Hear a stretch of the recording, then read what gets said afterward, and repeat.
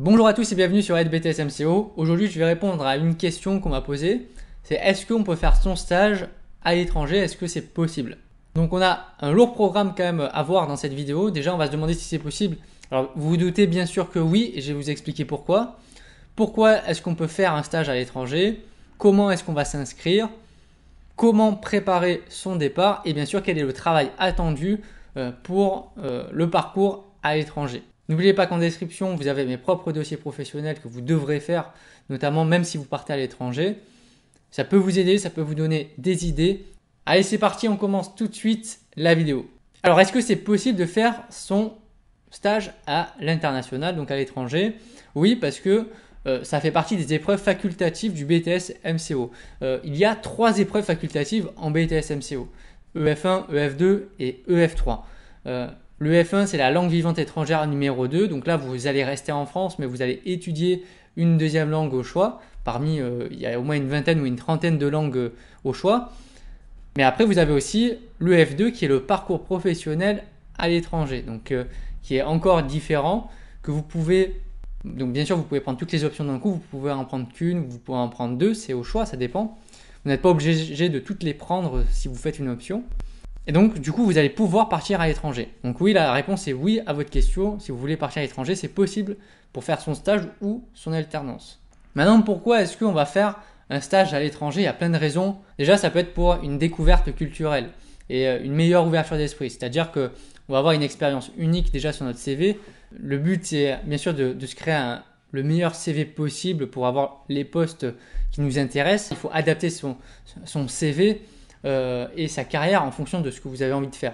Donc si vous avez envie d'avoir une carrière plutôt internationale ou à l'étranger, c'est une bonne option de faire cette option-là. Mais en dehors du CV, bien sûr, ça va vous créer des expériences uniques puisqu'on n'a pas les mêmes manières de travailler en France qu'à l'étranger. Ça peut varier en fonction des pays et donc pour vous, ça peut être une expérience très enrichissante. Donc ensuite, ça peut être pour améliorer votre niveau de langue étrangère. On dit souvent qu'on va apprendre une langue à l'école. Là où on va mieux l'apprendre, c'est en la pratiquant directement sur le terrain. Donc ça, c'est vrai. Donc si vous avez quelques lacunes, n'hésitez pas à partir. Ça va vous aider à bien mieux parler la langue à votre retour en France après votre stage. Après, bien sûr, on peut faire son stage pour travailler pour des entreprises internationales et donc embellir son CV par la suite. Ça peut être une bonne expérience à mettre dessus. Et bien sûr, ça peut être aussi dans le but d'obtenir des bonifications au BTS puisque c'est une option BTS MCO. Donc, si vous avez des points au-dessus de la moyenne, ça va vous rajouter des points pour obtenir votre BTS. Maintenant, comment est-ce qu'on va s'inscrire à ce programme?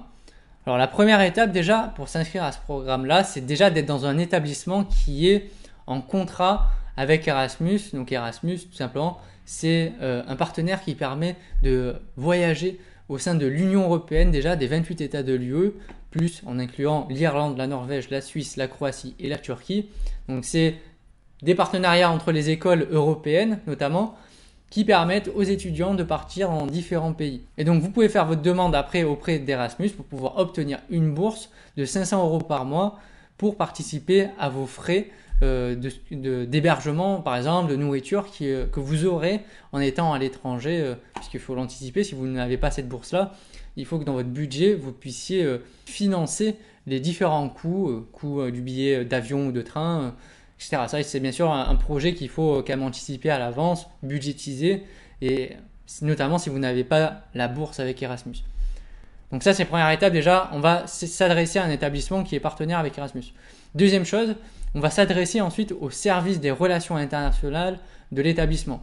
Donc chaque établissement a différents services, des services administratifs notamment. Si jamais l'école est partenaire de ce type de programme-là, il faut s'adresser bien sûr à la personne la plus compétente pour pouvoir vous conseiller dans l'inscription et dans la réalisation de ce projet. Le meilleur, c'est d'aller vers le service des relations internationales ou des relations d'entreprise. On va bien sûr réaliser son dossier d'inscription au programme. Puis après, c'est des démarches administratives. Je ne suis pas calé à 100% dedans. Donc après, c'est voyez directement avec l'école en question, ce qui sera la plus à même à vous renseigner concrètement sur la suite après le dossier, comment ça se passe. Maintenant, comment est-ce que vous allez préparer votre départ? Déjà, en première année de BTS MCO, quand vous aurez choisi cette option-là, vous aurez à peu près 1 heure d'accompagnement par semaine pour cette option-là.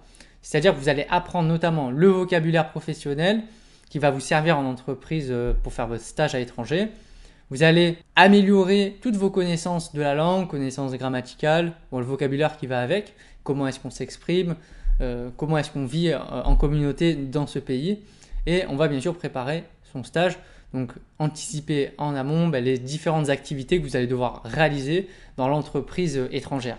Et en deuxième année, vous aurez aussi cet accompagnement-là qui sera présent, où vous allez notamment, pendant ces heures de cours-là, parler de votre retour et de votre partage d'expérience de votre stage réalisé à l'étranger, puisque généralement ça se fait entre la première et la deuxième année, la longue période de stage, vous aurez déjà vécu un peu cette expérience-là. Donc là, en cours, en plus de revoir peut-être un peu de vocabulaire, vous allez parler, partager votre expérience, ce que vous avez vu, ce que vous avez observé. Et bien sûr, ce qui va être important, vous allez avoir une grande partie où vous allez devoir préparer votre dossier professionnel et préparer votre examen à l'oral pour l'option. Donc première année, on prépare le voyage, on prépare le stage. Deuxième année, on débriefe et on prépare l'examen. Quel est le travail attendu pour cette spécialité, cette option supplémentaire? Dans votre dossier, vous allez avoir déjà une grille d'évaluation qui aura été remplie par l'entreprise d'accueil qui est à l'étranger et vous aurez un dossier encore à faire de 8 à 10 pages environ qui sera réalisé par l'étudiant. Donc on va voir en détail ensuite qu'est-ce qu'on met dans ce dossier-là. Donc vous voyez qu'à chaque option, souvent on a un petit dossier professionnel à créer, moins important bien sûr que l'ADOC ou le DRCV qui sont vraiment les deux gros dossiers du BTS-MCO, mais à chaque fois vous aurez un dossier sous forme d'un rapport de votre activité que vous avez réalisé. Dans ce dossier-là, qu'est-ce que vous allez devoir faire? Il y a 4 parties principales. Première partie, vous allez devoir faire une analyse du cadre culturel et de travail à l'étranger. Donc bien sûr, à l'étranger, il y a des manières de travailler, des manières de vivre qui sont différentes. Vous allez devoir les exposer déjà dans cette première partie.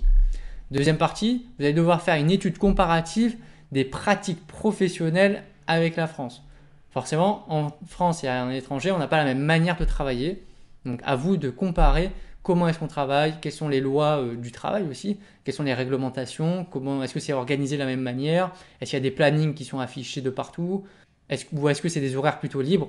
Il faut vraiment faire un comparatif entre ce que vous avez vu et vécu et ce qui se passe en France. Troisième chose, vous allez devoir présenter une activité professionnelle que vous avez réalisée ou que vous avez vue à l'étranger et que vous pourriez le dupliquer en France.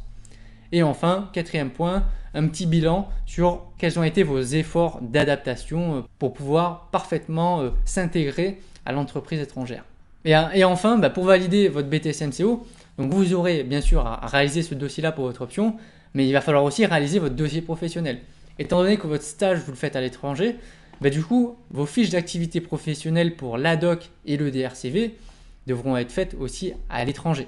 Donc pensez-y aussi, si vous allez à l'étranger, ce n'est pas juste pour faire votre dossier de 8 ou 10 pages pour votre option, c'est aussi pour faire vos fiches d'activité professionnelle. Donc d'ailleurs, en description, vous avez un lien vers mes propres dossiers. Si vous voulez avoir des idées d'activités à mettre en place, que ce soit en France ou à l'étranger, c'est valable. Si vous voulez avoir des idées d'annexes, de documents à créer pour gagner du temps, n'hésitez pas. Tout est disponible sur mon site. Vous avez un lien en description et n'hésitez pas à me poser des questions si vous en avez.